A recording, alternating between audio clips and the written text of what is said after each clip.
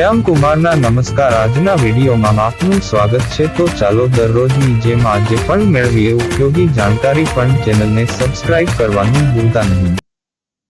મીઠાઈ જમ્યા પહેલા ખાવી જોઈએ કે પછી? આ પ્રશ્નનો જવાબ જાણીએ। ભારતીય પરંપરા અને આયુર્વેદ અનુસાર ભોજનના અંતે મીઠાઈ ખાવી વધુ યોગ્ય ગણાય છે। આના કેટલાક કારણો છે।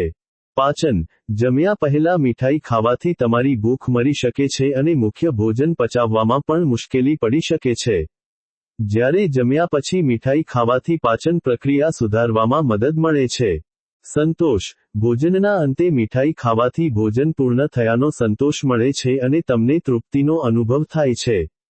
બ્લડ સુગર: જમ્યા પછી મીઠાઈ ખાવાથી બ્લડ સુગરમાં એકાએક ઉછાળો આવવાની શક્યતા ઓછી થાય છે, કારણ કે તમે અન્ય ખોરાક પણ લીધો હોય છે।